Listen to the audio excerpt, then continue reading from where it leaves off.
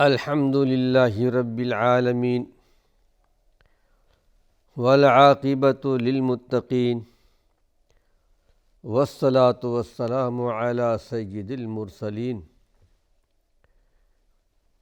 ناظرین کرام السلام علیکم ورحمۃ اللہ وبرکاتہ۔ ایمانی صفات کا عنوان لے کر آپ کی خدمت میں حاضر ہوں۔ ایمانی صفات کے تعلق سے وہ احادیث جس میں اللہ کے رسول صلی اللہ علیہ وسلم کے جامع نصیحتیں موجود ہیں، آپ کی ہدایات ہیں اپنی امت کے لیے، جن کا تعلق ایمانی صفات کے ساتھ ہے۔ آئیے ایک حدیث آپ کے سامنے پیش کر رہا ہوں، جس کو امام ترمذی رحمۃ اللہ علیہ نے اور احمد بن حنبل رحمۃ اللہ علیہ نے اپنی کتاب میں ذکر کیا ہے۔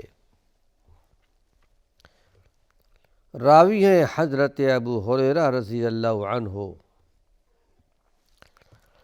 کہتے ہیں کہ قال رسول اللہ صلی اللہ علیہ وسلم، کہ اللہ کے رسول صلی اللہ علیہ وسلم نے ارشاد فرمایا، من یأخذ عنی ہؤلاء الکلمات، کون ہے تم میں سے جو ان کلمات کو، میری جامع نصیحتوں کو یاد کر لے لے۔ اس وقت آپ یہ بیان فرما رہے تھے، صحابہ کی ایک جماعت موجود تھی مسجد نبوی کے اندر، انصار بھی تھے، مہاجرین بھی تھے۔ فَيَعْمَلُ بِهِنْ أَوْ يُعَلِّمُ مَنْ يَعْمَلُ بِهِنْ، ان کلمات کو مجھ سے سیکھ لے، نہ صرف سیکھے بلکہ وہ سکھائے ان لوگوں کو جو ان پر عمل کرنے والا ہو۔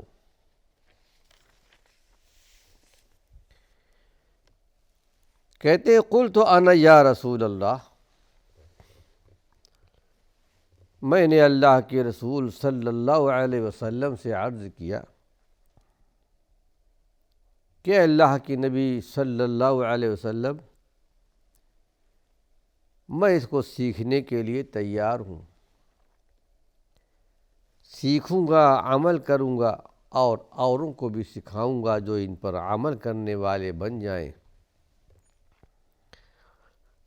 فَأَخَذَ بِيَدَيَّ فَعَدَّ خَمْسًا، ابو ہریرہ اس ہیئت کو، اس کیفیت کو بیان کرتے ہیں کہ اللہ کے پیارے پیغمبر نے بڑی شفقت سے، بڑی محبت سے میرے ہاتھ کو پکڑا اور 5 چیزیں آپ نے گنوائیں۔ ظاہر ہے کہ صحابہ کی جماعت موجود تھی،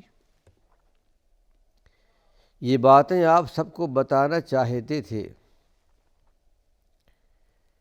لیکن ان کلمات کی اہمیت کو سمجھانے کے لیے، اہمیت کو بتانے کے لیے اللہ کے پیارے پیغمبر نے یہ سوال کیا تاکہ یہ لوگ بیدار ہو جائیں، غور و فکر کے ساتھ سن لے۔ لیکن ساتھ ساتھ یہ بات بھی آپ نے بیان فرما دی کہ جو باتیں میں بیان کرنا چاہتا ہوں اس کا حق بھی ادا کرنا ہوگا، نہ صرف یہ کہ خود عمل کرے بلکہ اوروں کو بھی سکھانا ہوگا، بتانا ہوگا۔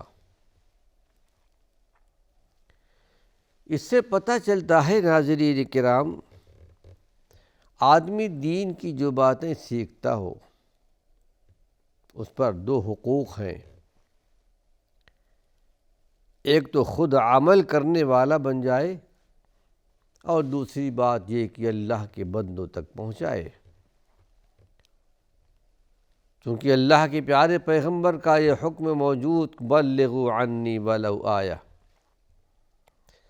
اگر میری طرف سے کسی کو ایک بات بھی معلوم ہے تو اس کو پہنچاؤ، اس کی تبلیغ کر دو۔ یہ حکم صرف امت محمدیہ کے لیے نہیں، پچھلی امتوں میں بھی اس بات کا حکم دیا گیا تھا۔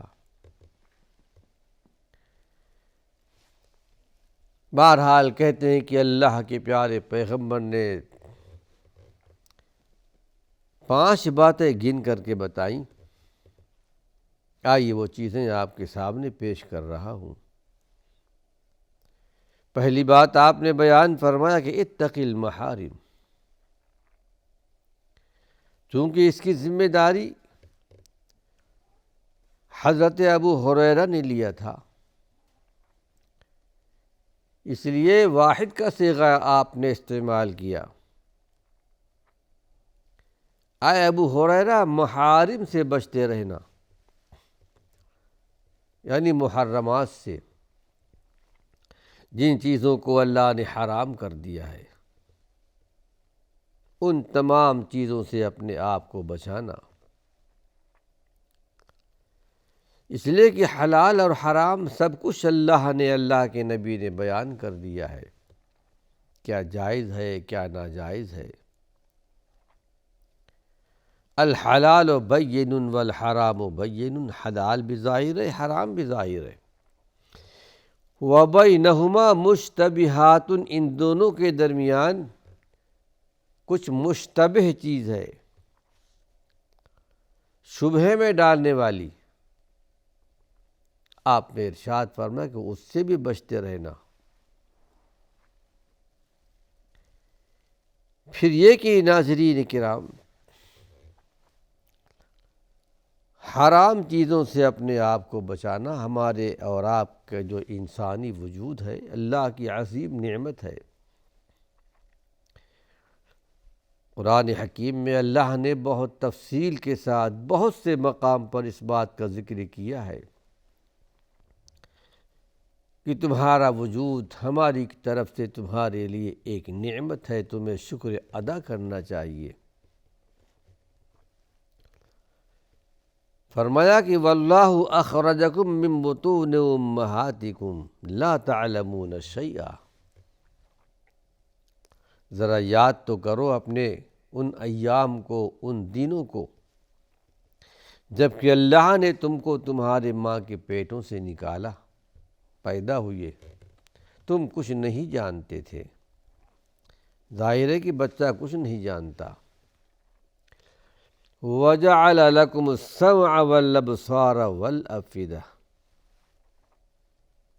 ذرا دیکھو تو صحیح، اللہ نے تمہارے لیے آنکھیں بنائیں، کان بنائے، دل بنایا، دیکھنے کے لیے آنکھیں بنائیں، سننے کے لیے کان بنائے، غور و فکر کے لیے، سوچنے کے لیے اللہ نے دل بنایا۔ لیکن یہ نعمت کیوں دی گئی؟ لعلکم تشکرون، تاکہ تم اللہ کا شکر ادا کرو۔ قرآن حکیم میں کئی مقام پر اس قسم کی آیات موجود ہیں، قرآن پڑھیے، ترجمہ پڑھیے، یہ آیات بینات آئیں گی،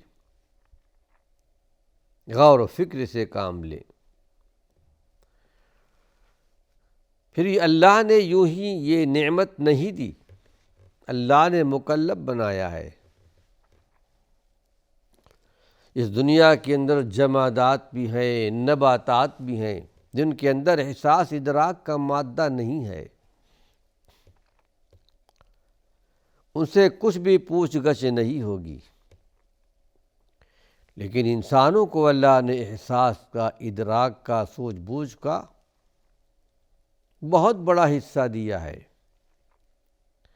اچھائی کی برائی کی تمیز بھی دی ہے، عقل دی ہے، اور اسی لیے انسان مکلف بنایا گیا ہے۔ پوچھا جائے گا ان السمع والبصر والفؤاد کل اولئک کان عنہ مسئولا، یقیناً تمہارے آنکھوں کے بارے میں، کان کے بارے میں، دل کے بارے میں تم سے پوچھا جائے گا۔ تمہاری آنکھیں کہاں استعمال ہوئیں؟ تمہارے کان کہاں استعمال ہوئے؟ تمہارے دل کہاں استعمال ہوئے؟ دل سے کیا غور و فکر کرتے تھے، کیا سوچتے تھے؟ اچھائی یا برائی؟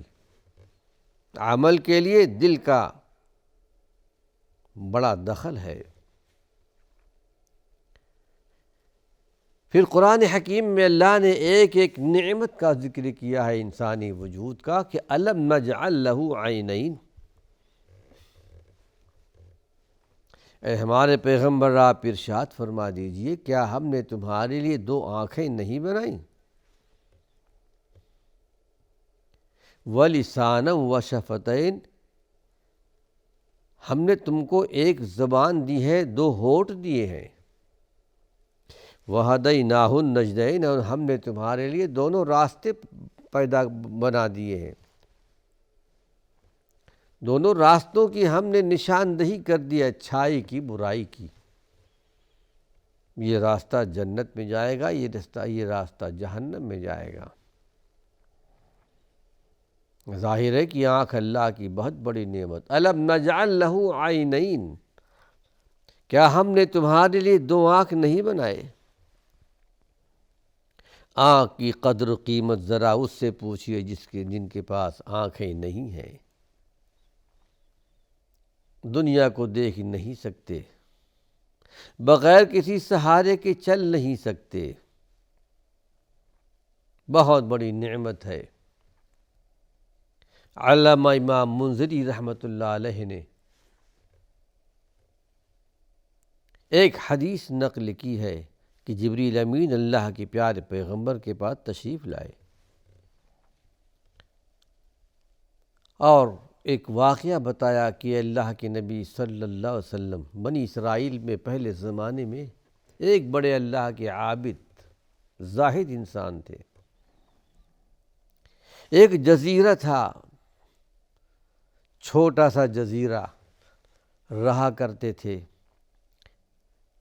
اللہ کی عبادت کیا کرتے تھے، روزے رکھا کرتے تھے، رات میں قیام کرتے تھے۔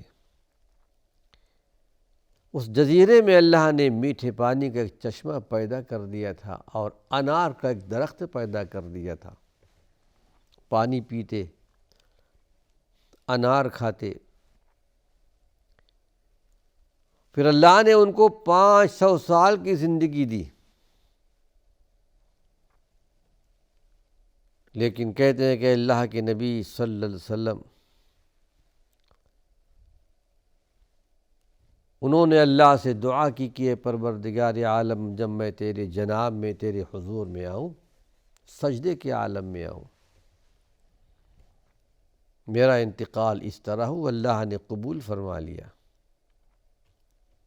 جبریل امین نے کہا اللہ کے نبی، آج بھی وہ اللہ کا بندہ سجدے میں پڑا ہوا ہے، ہم فرشتے آسمانوں میں آتے اور جاتے ہیں، دیکھتے ہیں، لیکن اے اللہ کے نبی اسی آدمی کے بارے میں ہم نے لوح محفوظ میں لکھا دیکھا ہے۔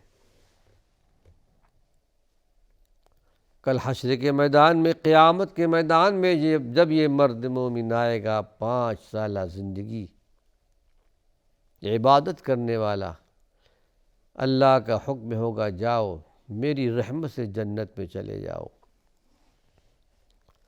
بندہ کہے گا پروردگار عالم، میری 500 سالہ زندگی کی عبادت کہاں گئی؟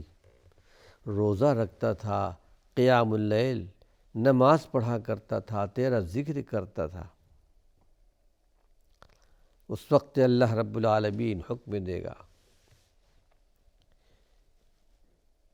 کہ اس کے آنکھ پر جو میری نعمت ہے میزان کے ایک پلے میں رکھو، اور 500 سالہ زندگی کی عبادت میزان کے دوسرے پلے میں رکھو۔ ایک آنکھ پر اللہ کی جو نعمت، اس پلہ بھاری ہو جائے گا، نیکیاں ہلکی پڑ جائیں گی، حکم ہوگا لے جاؤ۔ ایک آنکھ کی نعمت کا حق بھی اس بندے نے ادا نہیں کیا ہے، جہنم میں ڈال دو۔